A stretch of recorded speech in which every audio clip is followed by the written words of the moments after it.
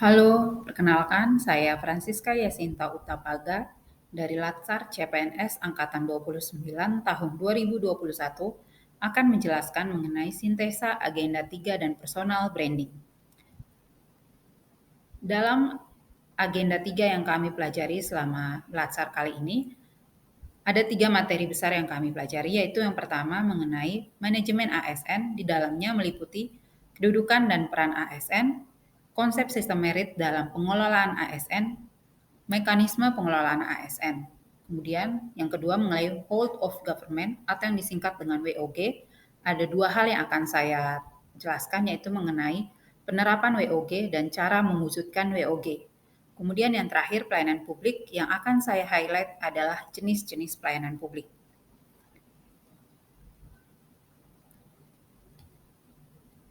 Yang pertama mengenai manajemen ASN.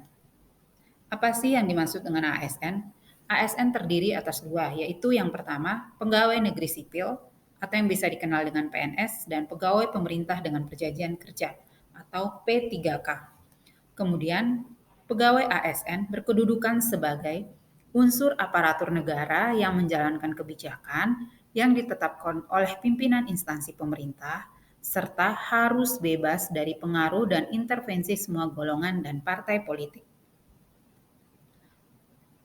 Kemudian peran ASN adalah sebagai perencana, pelaksana, dan pengawas penyelenggaraan tugas umum pemerintahan dan pembangunan nasional melalui pelaksanaan kebijakan dan pelayanan publik yang profesional, bebas dari intervensi politik, serta bersih dari praktik korupsi, kolusi, dan nepotisme. Sementara tugas ASN ada 3, yaitu yang pertama, melaksanakan kebijakan yang dibuat oleh pejabat pembina kepegawaian sesuai dengan ketentuan peraturan perundang-undangan. Yang kedua, memberikan pelayanan publik yang profesional dan berkualitas. Dan yang ketiga, mempererat persatuan dan kesatuan negara Republik Indonesia. Kemudian konsep yang kedua adalah mengenai konsep merit. Apa itu konsep merit? Konsep merit merupakan kebijakan dan manajemen ASN yang berdasarkan pada kualifikasi, kompetensi, dan kinerja yang secara adil dan wajar tanpa membedakan latar belakang politik, ras, warna kulit, agama, asal-usul, jenis kelamin, status pernikahan, umur, ataupun kondisi kecatatan.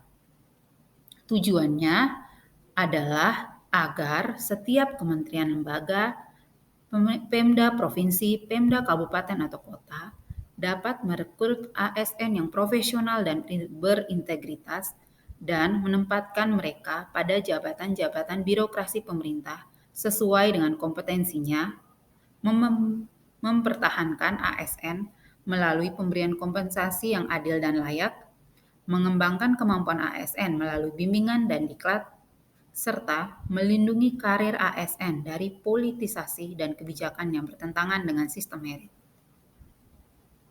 Yang ketiga yang dipelajari adalah mengenai manajemen pengelolaan ASN, yaitu dibagi menjadi 4, yaitu yang pertama manajemen ASN, 2 manajemen P3K, 3 pengelolaan JPT atau jabatan pimpinan tertinggi, dan keempat organisasi dan sistem informasi. Kemudian materi yang kedua adalah mengenai whole of government atau yang bisa disingkat dengan WOG. WOG pada dasarnya adalah sebuah pendekatan fungsi dalam ruang lingkup koordinasi yang lebih luas guna mencapai tujuan bersama dalam pembangunan kebijakan, manajemen program, dan pelayanan publik.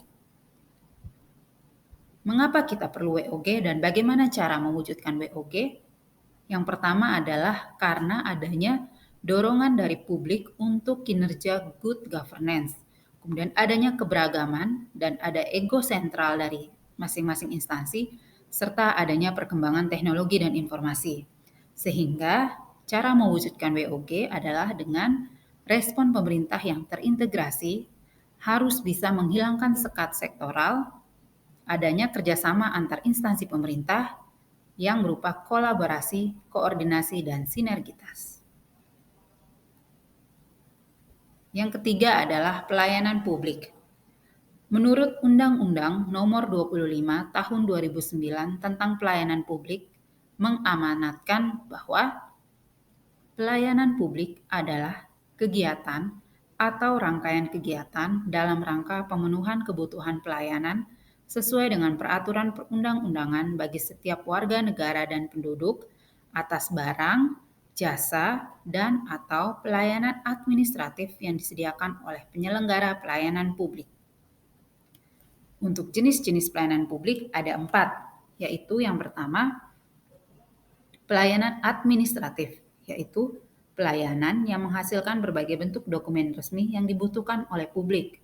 Yang kedua, pelayanan barang, yaitu pelayanan yang menghasilkan berbagai bentuk atau jenis barang yang digunakan oleh publik. Yang ketiga, pelayanan jasa, yaitu pelayanan yang menghasilkan berbagai jasa yang dibutuhkan oleh publik. Serta yang terakhir adalah pelayanan regulatif, yaitu pelayanan melalui penegakan hukum dan peraturan perundang-undangan maupun kebijakan publik yang mengatur sendi-sendi kehidupan masyarakat.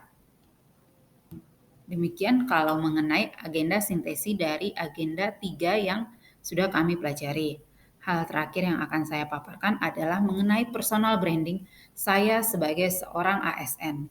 Saya mau membagikan citra diri saya adalah sebagai seorang yang pertama, seseorang yang memiliki integritas yang tertinggi. Wujudnya adalah saya selalu datang tepat waktu dan bekerja sesuai dengan kode etik dan kode perilaku PNS.